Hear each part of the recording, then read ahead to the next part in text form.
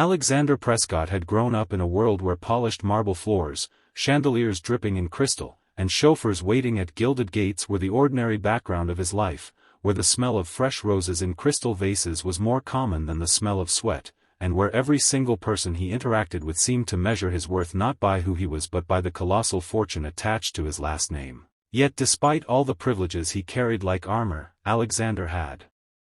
always felt an emptiness gnawing at him, an invisible hollowness carved by years of being praised for achievements that were never truly his, for every trophy he had won in childhood was won because tutors had trained him for hours, every accomplishment he boasted was supported by endless resources, and every door that opened for him had opened not because of his knock but because of the weight of the Prescott name.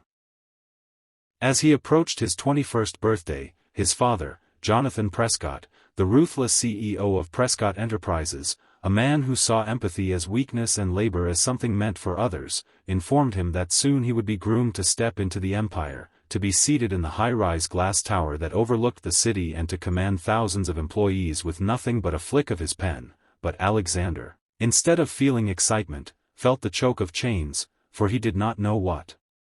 it meant to lead when he had never truly understood what it meant to follow. He did not know what it meant to command respect when he had never earned it, and though he had spent years in prestigious schools surrounded by elite students, he envied something in the lives of ordinary men and women, some hidden strength in their eyes that he lacked, some raw dignity that couldn't be bought with money.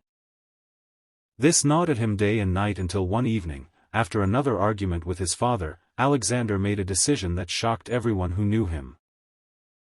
He would put aside his expensive suits, strip himself of his identity as heir, and for one term at Westbridge Academy, he would disguise himself as nothing more than a janitor, a background figure no one noticed, just to see what life looked like from the shadows, to taste humility not in theory but in practice, and though his father laughed bitterly at the idea, mocking him for playing at poverty, Alexander felt a stubborn determination, for he knew he could not inherit an empire if he did not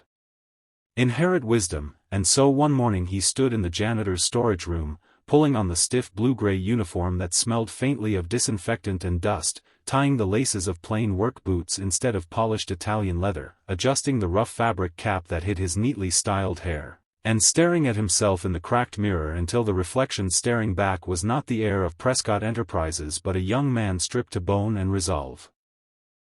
His first day was a storm of humiliation as he carried trash bags heavier than anything he had ever lifted, scrubbed toilets on his knees while the wealthy students laughed and shoved past him, dropping gum wrappers on freshly cleaned floors just to watch him bend and pick them up, and though his back ached, his hands blistered, and his pride bled under the sneers, Alexander forced himself to swallow every bitter taste, reminding himself that he was here to learn, not to be coddled. But by the end of the week he felt the first whispers of doubt creep in, asking if perhaps his father had been right.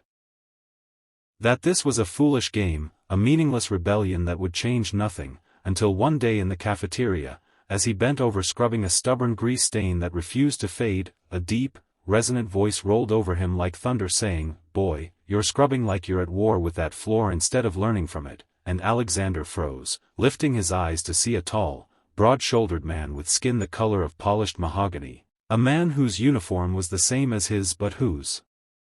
presence carried something no CEO or professor had ever commanded, a quiet authority born not of titles but of truth, and this was Elijah Turner, the black janitor who had worked at Westbridge Academy longer than most teachers had been alive, a man the students barely noticed, though the staff respected him in quiet ways, for he had endured decades of whispers, of being overlooked, of watching young heirs pass through the halls with arrogance, but had never let bitterness bend his spine, and now his sharp eyes watched Alexander with a knowing that made the young heir uncomfortable. "I don't need lessons in mopping," Alexander muttered defensively, his pride bruised by the man's words, but Elijah only chuckled, a sound deep and amused, shaking his head as he crouched down beside him, taking the mop with a steady hand and saying, "You don't understand. You're cleaning floors, but the floors are cleaning you," a phrase so strange and simple it felt like a riddle Alexander could not solve. Yet it lodged itself into his chest like a splinter. Over the next few days he began to watch Elijah closely, noticing the way he moved with unhurried grace, how he polished brass handles with the same care one might use to polish a trophy, how he greeted every teacher and student with the same level tone regardless of their status, and how he never rushed through work even when no one was watching, as if each action was a conversation with his own soul. Alexander, exhausted and resentful, could not understand this, until one afternoon, after dragging garbage bins across the courtyard and collapsing on a bench, sweat soaking his shirt and frustration burning in his chest, Elijah came and sat beside him, not as a superior but as someone who had already walked the road Alexander was stumbling through, and in that quiet moment, Elijah shared pieces of his story, of how once he had dreamed of teaching history, had graduated with honors, had applied for positions he was more than qualified for, but one rejection letter after another reminded him that doors were not always closed because of lack of ability, sometimes they were closed because of the color of one's skin, and when he finally accepted the janitorial job at Westbridge it was not out of defeat but survival, though what could have embittered him instead shaped him, for he decided that if he could not shape young minds with history, he would shape them with example, proving that no work was beneath dignity if it was done with pride. True worth, Elijah said that day, looking straight into Alexander's weary eyes, isn't in the titles people hand you, it's in the sweat you're willing to give when no one applauds, and Alexander felt those words strike him harder than any lecture, harder than any of his father's reprimands, because for the first time someone had peeled away his shield of privilege and spoken directly to the man inside, the man who had always felt empty. And something inside him cracked open, spilling out confusion, shame, and longing all at once, and as the weeks unfolded he began to change, waking earlier to start chores before others noticed, taking time to do each task with care instead of rushing, asking Elijah quiet questions about life, responsibility, and resilience, and listening as the older man wove wisdom into every answer. There were nights when Alexander, alone in the storage room after hours, would whisper Elijah's words like prayers, realizing that his entire life had been a series of performances, while here in the silence of labor he was finally meeting himself, raw and unadorned, and he began to suspect that perhaps the empire his father wanted him to inherit would collapse under him unless he first inherited humility. The cruelest students still mocked him, throwing trash deliberately at his feet, sneering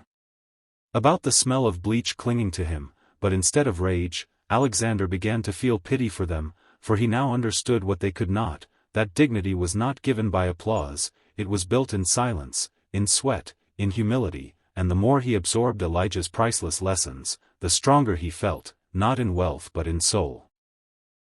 And so when the term drew on and whispers began to spread that the janitor with strange eyes and an unfamiliar posture seemed different from the others, Alexander no longer feared being exposed, because he knew that whether or not the world discovered who he was, he had already discovered himself, and it was the lesson given freely by a man the world overlooked that would echo in him forever.